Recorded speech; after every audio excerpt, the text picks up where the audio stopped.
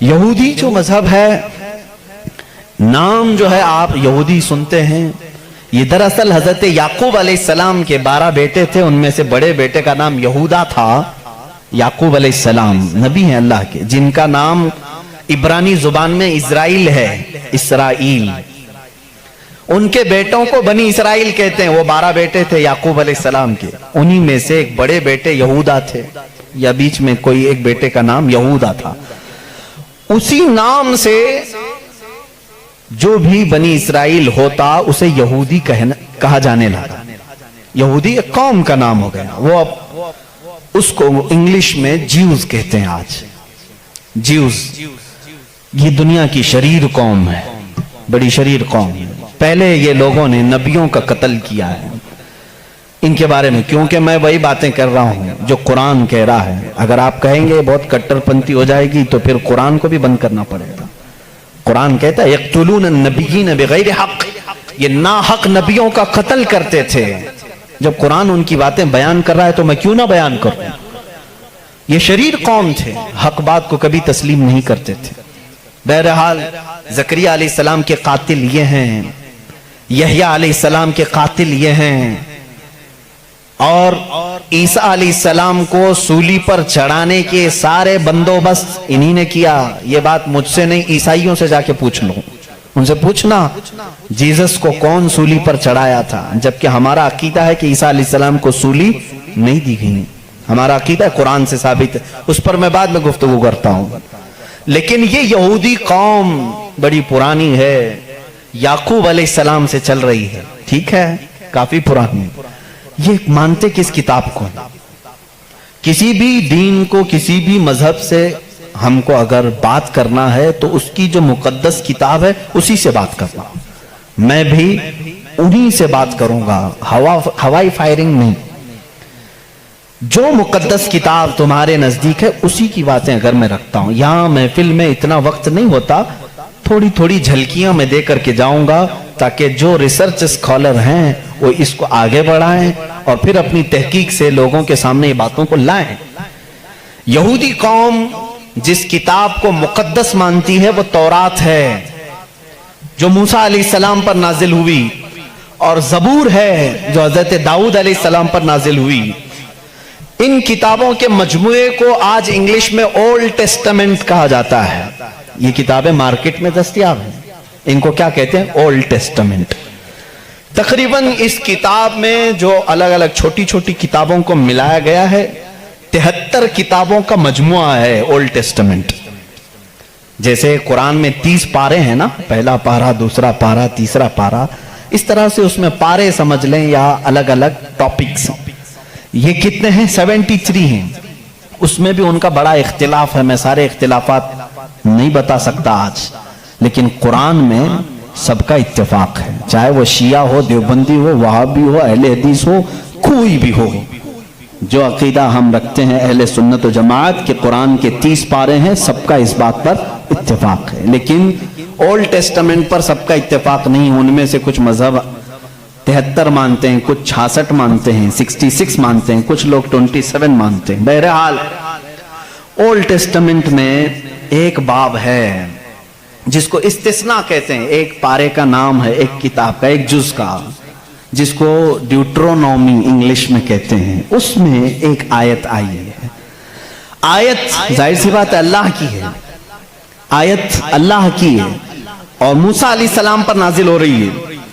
اللہ تعالیٰ فرما رہا ہے اے موسیٰ، میں تمہارے بعد تمہارے بھائیوں میں، بھائیوں سے مراد نبیوں میں، ایک ایسا نبی بھیجوں گا جو تمہاری ہی طرح سے ہوگا، تمہاری ہی طرح سے ہوگا، لیکن میں اس کے منہ میں اپنی زبان رکھ دوں گا۔ اور دوسری آیت آتی ہے کہ وہ فاران کی چوٹیوں سے چمکے گا۔ یہ فاران کیا ہے؟ یہ فاران کی چوٹیاں کہتے ہیں مکہ مکرمہ میں جو اب پہاڑ ہے، جبل کعبہ جو خانہ کعبہ کے قریب، انہوں نے اس کو سب ختم کر دیا، آج وہاں پر بادشاہوں کے محلات بنے ہوئے ہیں۔ وہاں فاران کی چوٹیاں کہا جاتا تھا کہ وہ مکہ کا ایک پہاڑ ہے، اور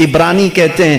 اس زبان میں آج بھی سانگز آف سولومن، حضرت سلیمان علیہ السلام کے مناجات میں یہ لکھا گیا ہے، سب سے پیارا، سب سے مبارک، سب سے شان والا، جس کی اللہ کے ہاں پہنچ ہے، جس کی اللہ کے ہاں مرتبت ہے، اس کا نام محمد ہے۔ یہ کون کہتا تھا؟ سلیمان علیہ السلام۔ اور نام لفظ محمد آج بھی موجود ہے، عبرانی زبان میں آج بھی لفظ محمد، اور اس کے ساتھ لفظ ام آیا۔ ام کہتے ہیں بڑا محترم شخص جس کی سارے لوگ عزت کریں، سلیمان علیہ السلام کہتے ہیں وہ ام ہے، ام ہے۔ ام کا مطلب ہیبرو میں ہے سب سے زیادہ عزت والا، اور سلیمان علیہ السلام نے وہ کر کے بھی دکھایا۔ وہ تخت پر جو بیٹھتے تھے سلیمان علیہ السلام، اس تخت کو جب آپ حکم دیتے ہواؤں میں اڑ تو وہ اڑنے لگ جاتا، جہاں کا آپ کو سفر کرنا ہوتا آپ سفر کرتے تھے۔ اور وہ تخت ایسا نہیں کہ ایک اڑن تشتری ہے چھوٹی سی، بلکہ اتنا بڑا تخت تھا کہ آپ کے دائیں جانب 500 نبی اس زمانے کے بیٹھتے تھے، بائیں جانب 500 اولیاء امت بیٹھتے تھے، اور وہ تخت جب اڑتا آسمانوں پر ہواؤں کو اللہ نے ان کے لیے مسخر کر دیا تھا، اور وہ جس طرف حکم کرتے اڑتا تھا۔ ایک مرتبہ یہ بھی اسرائیلی روایات میں بھی موجود ہے، سلیمان علیہ السلام اڑتے ہوئے جا رہے تھے، یہی تخت پر بیٹھے ہوئے، اچانک آپ نے تخت کو نیچے اترنے کا حکم دیا اور سارے لوگوں سے کہا پیدل چلو۔ تخت اٹھا کر لے جایا گیا، پیدل چلنے لگے، بہت لمبا عرصے تک، لمبی مسافت پیدل چلنے کے بعد پھر آپ سوار ہوئے، پھر سب کو سوار کر لیا، پھر ہوا کو کہا کہ اس تخت کو اڑا لے جائے فلاں سمت میں۔ مصاحبین نے پوچھا اتنا لمبا، یہ اتنی لمبی مسافت آپ نے پیدل چلایا، صرف ورزش کرانے کے لیے نہیں؟ سلیمان علیہ السلام نے جواب دیا میں اس لیے تخت کو نیچے اتار دیا کہ یہ وہ زمین ہے جہاں آخری نبی آنے والا ہے، وہ مدینہ طیبہ تھی، وہ رسول کریم صلی اللہ علیہ وسلم کی آخری آرام گاہ تھی، جہاں سے اوپر اڑ کر جانے کو بھی سلیمان علیہ السلام نے بے ادبی تصور کیا، اور اسی لیے وہ اپنے سانگز میں یعنی اپنے مناجات میں جو حضور صلی اللہ علیہ وسلم کے ساتھ لفظ ذکر کرتے ہیں وہ لفظ ام ہے، یعنی دنیا جس کی سب سے زیادہ احترام کرے وہ محمد عربی صلی اللہ علیہ وسلم۔